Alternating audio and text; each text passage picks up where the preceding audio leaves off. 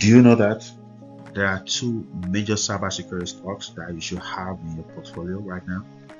Forget about all the talks about AI is going to take jobs. Now you can use AI to secure your products, to secure your infrastructure. You can use AI, but the big players, the fundamentals, still needs to be put into perspective. And that is what I'm going to be talking about today. We want to look at why the AI boom could be cybersecurity biggest tailwind. And I have two stocks in mind as I was creating this video. The chain logic here is the fact that AI can spot vulnerabilities automatically, so enterprises won't need human-run security platforms. So security revenue shrinks. On that thinking, early in the month of March, cybersecurity names got sold off alongside other software companies with the notion that, oh, AI might disrupt the existing cybersecurity landscape. So that dropped sharply, even though nothing about their actual businesses had changed. So the talk was that, oh, now Anthropic came out with a product, said, oh, yeah, you can now use these to be more resilient, be more agile, respond to cybersecurity threats. It is not disputable, but you cannot diminish what companies like CrowdStrike, Palo Alto bring to the table. Now, I have a contrary opinion on the fact that agents can perform all of those things that your current cybersecurity solutions are already doing. So I have a contrarian view, and my view doesn't dispute with the fact that AI can find vulnerabilities. My view argues the fact that capability cuts the other way. Every AI system an organization deploys adds a new attack surface, a new surface area of attack.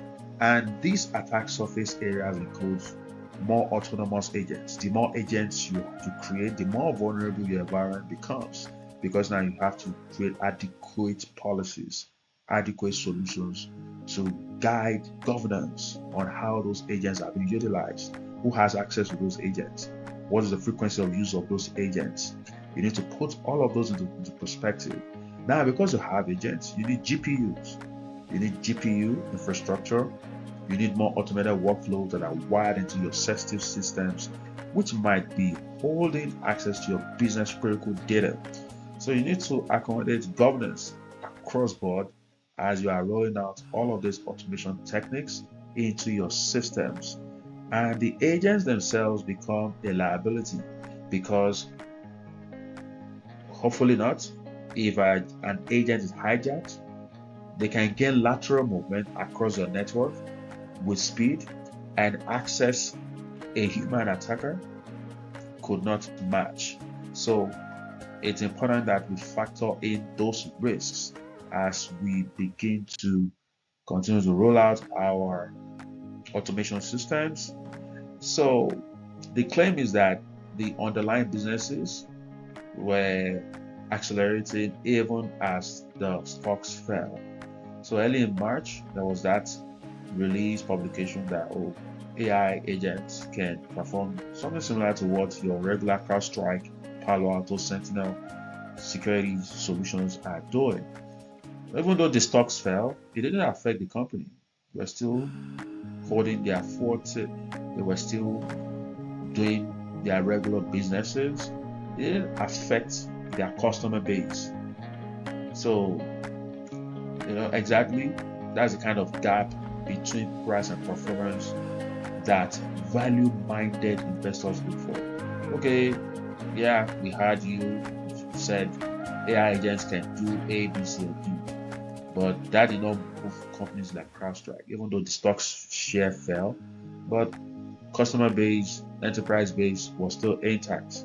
So the two dominant players operate as a near duopoly, and both kept posting fast gross recurring revenue through that period between March, April, and May. I mean, as a matter of fact, CrowdStrike was ran all the way to over $728 as of last week, before they did a forward stock split. So now you can get CrowdStrike for $194 or $198 at the time of recording this video. So that is something you might want to have on your radar, and something you want to have in your portfolio. So these are the two stocks I'm recommending: CrowdStrike and Palo Alto. Palo Alto is like $300 right now. CrowdStrike has 5.25 billion in annual recurring revenue. CrowdStrike has gone up 24% year over year, has a net new record annual recurring revenue 47%. So acceleration is growing, it's not fading. Recently, I saw in the news that federal agencies have been mandated to upgrade their security protocols. So this, I wouldn't be surprised if CrowdStrike is involved in those innovations. So this is something you want to have in your radar.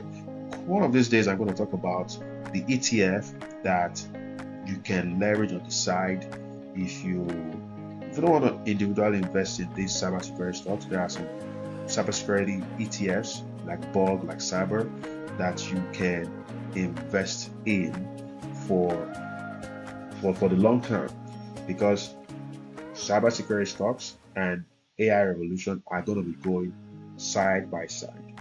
They're going to be providing those security guardrails as we roll out, as we deploy more AI resilient solutions. So the second stock I'm looking at is a Palo Alto Networks. Palo Alto is a next generation security with annual recurring revenue of approximately $8.1 billion, which is up roughly 60% year over year. Has a quarterly revenue of over $303 billion with full year guidance raised. Platformization is bonding drives platformization bundling drives AI era demand. So there's demand for these products.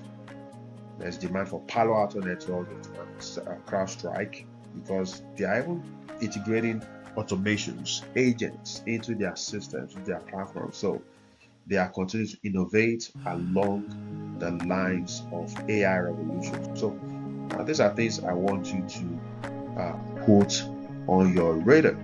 As a matter of fact, today was a red day. A lot of stocks went down. I'm wondering why. What again? What is happening this time around?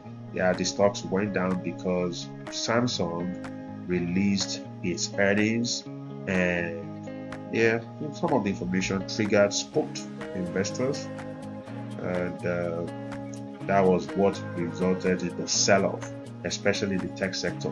Now, you can make money on green days, you can make money on the red days. You just need to know how to play the game. So perhaps you've had things like option plays. So if you're good with option trading, you can do a call on green days, you can do a put on red days. So it doesn't matter either ways, whether it's a red day, whether it's a green day, you're still making your money. So you might want to research on option trades, but it's a very volatile, very delicate environment to find yourself.